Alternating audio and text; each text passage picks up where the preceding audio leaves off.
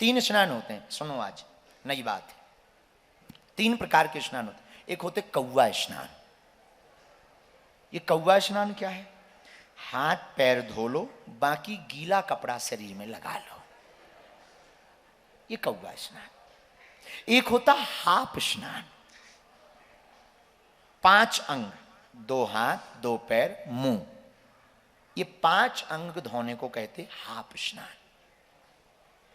4 स्नान बताएं दे रहे, 3 नहीं 4 सुनो। एक कौवा स्नान, एक हाफ स्नान, एक फुल स्नान जो हमने आज किया है, सिर से लेकर के जल डालना पूरी। एक होता स्पर्श स्नान, ये बड़ा खतरनाक है। हाँ, ये ठंड का मौसम, सरजू जी के किनारे हम रहते थे, एक महात्मा और थे, तो ठंड का मौसम भयंकर ठंडी, महात्मा गए राम राम सीताराम सीताराम सीताराम, हाथ में लिए माला सीताराम सीताराम। सरजू जी में देखा भयंकर ठंडी, पुराने जमाने की ठंडी होती थी, बड़ी तोड़ खतरनाक होती थी। उन्होंने सोचा ठंडी ज्यादा है, पहले हाथ का अंगूठा डाल के देख लें कि सह लेंगे कि नहीं। और जैसे ही अंगूठा डाला शरीर फड़फड़ा गया। महात्मा वापस आ गए, बाद में आएंगे बाद में आएंगे, फिर स्नान करेंगे। हमें मिले, हम कहा महाराज दंडोत। बाबा जी, अरे पहले पंडित जी दंडोत दंडोत। हम कहा स्नान हो गए? बोले हो गए। हम कहा जटाएं तो गीली नहीं दिख रही। तो धीरे से बोले अंगुष्ठा स्नानम सर्वम स्नानम, अंगुष्ठा स्नानम सो सर्वम स्नानम। हम भी बड़े बारे थे, हमने पकड़े उनके चरणों, पूरे शरीर में लगाए अपने हाथ।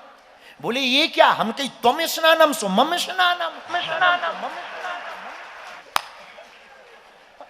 हम समझ गए कि जब तुम अंगूठा भर से काम चला के आ गए, लफड़ा ज्यादा है, मतलब सीधो सो अकुड़ जाने फ्रिज जैसो, कौन लफड़ा में फंसे।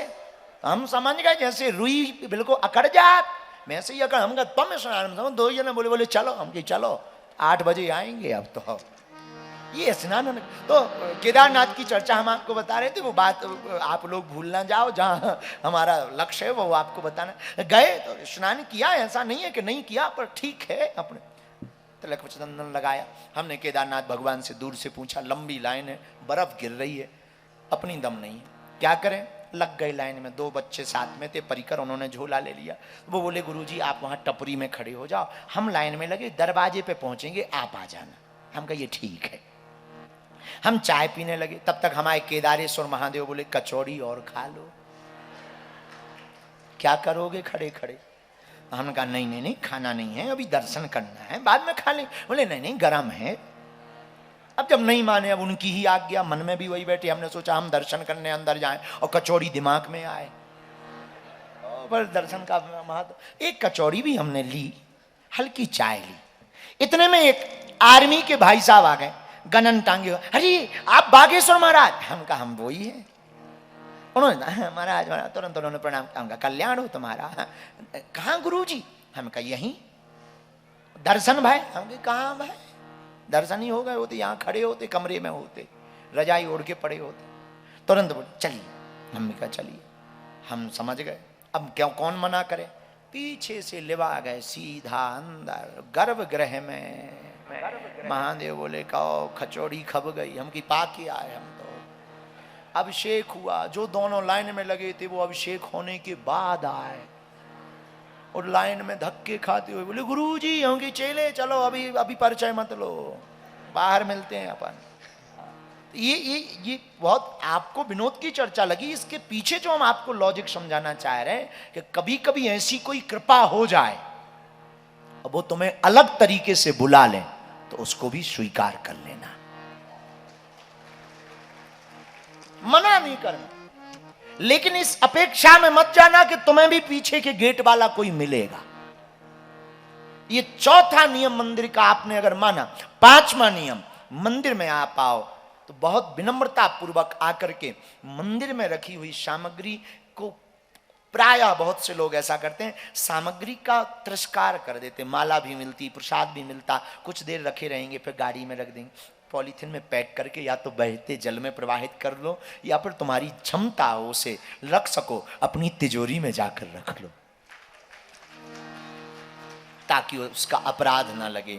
जो निर्माल्य है भगवान का, ये उसका अपराध ना लगे। मंदिर के दर्शन का छठवां नियम, हम जब भी मंदिर में जाएं संसार की वस्तुएं ना मांगे। हम मांगते हैं भगवान को 2 रुपए का दूध चढ़ाते, 2.5 करोड़ का पर्चा पकड़ाते। नहीं, भगवान से मांगने की प्रिय वस्तु कुछ है, भगवान से भगवान को मांग लेना चाहिए। उनसे कह दिया करो आप हमारे। मंदिर के दर्शन का 7वां नियम, आप मंदिर दर्शन जब भी करने जाओ, 7वां नियम, जब भी जाओ हो सके, अगर कोई मजबूरी है तो बात अलग है, भारतीय वेशभूषा के परिधान में जाना चाहिए। जो हमारी परंपरा है, उस वक्त ही सही 10 मिनट के लिए आप धोती लगा लो। माताओं को भी मर्यादित वस्त्र पहने। इसका मतलब ये नहीं है कि हम आप पर कोई प्रभाव बता रहे हैं या कोई नियम बता रहे हैं। आपकी जिंदगी है, भारत देश 1947 में आजाद हो चुका था, आप आजाद देश के आजाद नागरिक हैं, कुछ भी कर सकते हो, पर याद रखना ये आपका रहन सहन बता रहा है कि आप किस खानदान से आए हुए। और बुरा मत मानना, भारत के लोग कथा को सुन रहे हैं, पूरे विश्व के लोग कथा को सुन रहे हैं। अगर कम कपड़े पहनना मॉडर्न जमाना है तो तुमसे बेहतरीन और तुमसे सबसे पहले मॉडर्न तो हमारी भैंसिया हो गई थी, कभी पहनती नहीं। अगर आपको लगता है कि आप मॉडर्न जमाना है और कम कपड़े पहनना मॉडर्न जमाना है, और तुम्हें लगता है कि हम इसके विरोध में, बिल्कुल विरोध में नहीं है, पर मर्यादा है हमारी भारत भूमि की कि हम कभी भी देवालय में जावें, तीर्थ में जावें, मर्यादित कपड़े पहन करके जावें, ताकि वहां जाएं तो लोगों को भी लगे कि किसी संस्कारी परिवार से कोई आया है। मंदिर का 8वां नियम, अगर आपको दर्शन का लाभ लेना है, जब भी किसी तीर्थ में जाओ 3 बातों के याद रखो। पहले जाते ही स्नान करो, वहां कोई सरोवर है तो ठीक है, नहीं है तो वहां की रज को ऐसे लेकर के शरीर में लगाओ, ये भी एक स्नान है, स्नान करो। दूसरा, ध्यान करो, वहां की कुछ महिमा को सुनो पहले। तीसरा, जो हो सके अपने मन से, श्रद्धा से, जेब से दान करो। ये 3 बातों को आपको 8वें नियम के रूप में पालन करना। मंदिर दर्शन का 9वां नियम, जब तक तीर्थालय में रहना, जब तक उस देवालय में रहना, अपने गुरु मंत्र का जाप करते रहना। गुरु मंत्र का आप जाप करते रहोगे, दर्शन के दर्शन, लाभ के लाभ। बहुत से लोग हमको मिलते हैं, हम बहुत पूजा पाठ करते, फल नहीं मिलता। आपके मंदिर जाने का तरीका बहुत गलत है। एक सज्जन बैठ के जा रहे थे रास्ते में ऐसी बात बताई, क्या करते हैं आप? बोले बैंक कर्मचारी हैं, पुराना जमाना। यही उत्तराखंड की घटना है, आप बुरा मत मानना, विनोद की बात है। उत्तराखंड का चंगीलाल रिक्शा पर बैठा मंदिर जा रहा था। एक सज्जन बगल में बैठे थे, उन्होंने पूछा क्या करते हो? चंगीलाल ने कहा बैंक में है, मैनेजर हैं, भगवान की बड़ी कृपा है, ईश्वर की कृपा से 10,000 रुपया का बैंक बैलेंस। उस जमाने में 10,000 बहुत होती थी। अच्छा, बहुत अच्छा। पढ़े लिखे हो? हाँ हाँ पढ़े लिखे। बहुत बढ़िया, बढ़िया बूट, सूट बूट में बढ़िया बैठे, बड़े आनंद के साथ में बैठे। रिक्शा गया, मंदिर के सामने खड़ा हुआ, और जैसे ही रिक्शा सामने खड़ा हुआ, उतरा सामने मैदान में, उसने जूते बाहर निकाले, नए जूते थे। कुछ लोगों को दिखावा की बड़ी बुरी आदत होती है। कुछ लोग ऐसे होते हैं, नई नई गाड़ी लें और गाड़ी अगर दूर खड़ी करनी पड़े तो वो चाबी ही फंसा लेंगे उंगली में, ताकि लोगों को लगे कि ये कार की चाबी है। तो उन्होंने उतारी, बाहर मंदिर में अंदर आए। अब वो मंत्र तो करें, तुम्हें माता चा, फिर जूते देखें, पिता तुम्हें, फिर देखें रखे, लाल हमारे हैं, फिर दोनों तुम्हें वो बंधुश्चा। फिर जगदीश की प्रार्थना की जगह जूतों की प्रार्थना है, भगवान की प्रार्थना की जगह हमारा मन वहां रखा है। बुरा ना मानना, हम खिलाफ में नहीं है, क्योंकि कल हम जब रात को बैठे थे, चाचा जी बैठे हुए थे, सब लोग बैठे थे, हमने पूछा, हमने कहा जो अपना मंडल 400 लोगों को आया, उन्हें कोई दिक्कत तो नहीं है, शिकायत तो नहीं है कोई? एक जने खड़े हुए बोले गुरुजी एक शिकायत बहुत आ रही। बोले क्या? हमने पूछा क्या? बोले चप्पल जूते चोरी हो रहे। हमको बताया, हमें बड़ी हंसी आई। तो हमें विनोद आया कि आप मंदिर आए, ठीक है, कुछ हरण भी हो गया ना, कोई दिक्कत नहीं, इनका काम ही है हरण करना। चोर ने जूते हरण कर लिए, भगवान से प्रार्थना करो कि जगदीश तुम्हारा चित्त हरण कर ले। तुम्हारे मन का हरण कर ले। भगवान बद्रीनाथ तुम्हारे मन का, मंदिर में आप जाओ, प्रार्थना बहुत श्रद्धा पूर्वक करो, इस नियम को पुनः सुनो, बहुत श्रद्धा पूर्वक। घुस गए, लय हो गए, जैसे दूध पानी में मिल जाता है तो वो अपने मूल्य पर पहुंच जाता, दूध के मूल्य पर, वैसे ही भक्त को भगवान के चरणों में ऐसे ही लीन होना चाहिए जैसे दूध पानी में लीन हो जाता। प्रार्थना करो। और हम लोग स्तुति भी बड़ी विचित्र करते हैं। वो जो खड़े थे सज्जन चंगीलाल उत्तराखंड वाले, अब वो प्रार्थना कर रहे थे भगवान से, अर्थ न धर्म न काम रुचि गति न चाहो निर्वाण। पहले प्रार्थना कर रहे हैं ना हमें अर्थ चाहिए ना धन चाहिए, फिर प्रार्थना कर रहे हैं नहीं विद्या नहीं बाहुबल नहीं खर्चन को दान। भगवान से कह रहे थे ना विद्या है ना बल है, और बल्कि 10,000 बैंक में, 10,000 बैंक में, और स्तुति क्या कर रहे हैं, नहीं विद्या नहीं बाहुबल नहीं खर्चन को दाम। धीरे से एक महात्मा बगल में खड़े थे तो कान में बोले 10,000 बैंक में है तो क्या नहीं जानत राम। तुम कह रहे हैं हमारे पास कुछ भी नहीं है। अरे भाई भगवान सब जानते हैं। हम लोग प्रार्थना अलग करते हैं, वास्तविकता अलग है। प्रार्थना हृदय से होनी चाहिए। जरूरी नहीं श्लोक आवे, तो श्लोक ना भी आवे, भाव में जो आपको आवे वो भगवान को समर्पित करना चाहिए। तो ये 9वां नियम। 10वां नियम और अंतिम नियम मंदिर दर्शन का। जब भी हम मंदिर दर्शन करने जाए तो बहुत से लोगों की आदत है पूजा का सामान सस्ता ले जाते, सस्ता। और हम लोग कहते हैं कि पूजा पाठ काम नहीं करता। सुपारी भी ले जाएंगे तो पंसारी की दुकान से वो सुपारी लेंगे जो खती हो, खराब। और दुकानदार भी इतने महान है कि वो पूजा की सुपारी अलग रखें। अगर उनसे कह दो पूजा की, ये तो पूजा की सुपारी, पूजा की सुपारी, हाँ हाँ दे रहे ऐसा बताओ, खाने वाली चाहिए पूजा की। भाई दोनों में अलग क्या है? पूजा की अलग है, ये खाने वाली, हाँ दे दो।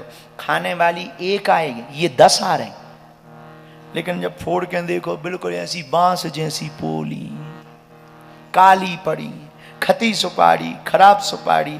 और खराब सुपारी की पूजा करवा के हम कहते हैं भगवान बढ़िया वाला आशीर्वाद नहीं दे रहे। ये तो वही कहावत हो गई। हम पिंटू को सुबह कह रहे थे, इनको हम सुबह कह रहे थे अपने कमरे में, ये तो वही कहावत हो गई कि एक बहन जी का नाम था खुशबू, जहां जाती थी लगती थी बदबू। इतनी बदबू के आदमी बेहोश हो जाए। हमारे बगल से निकली, हम कहा बहन जी नाम क्या है? बोले खुशबू। हम कही खुशबू महक छोड़ो, पहले नहा तो लो। तो ये तो वही वाली बात हो गई। तो हम लोग कहते हैं भगवान से कि बताओ भगवान कृपा नहीं कर रहे हैं। और हम सामग्री में अपराध करते हैं। पूजा मंदिर में जाते हैं, भगवान के लिए कपड़ा भी लेते हैं, सस्ती वाली तौलिया दो, सस्ती वाली, पूजा के लिए चाहिए, पूजा के लिए। बताइए, हाँ इसका मतलब ये नहीं कि आप महंगी लो, इसका मतलब ये है जो हम अपने जीवन में उपयोग करें वही अपने ठाकुर के लिए उपयोग करना चाहिए। 2 वस्तुएं कम लो आप। वैसे भगवान पदार्थ का भूखा नहीं है, ये बहुत ध्यान रखो।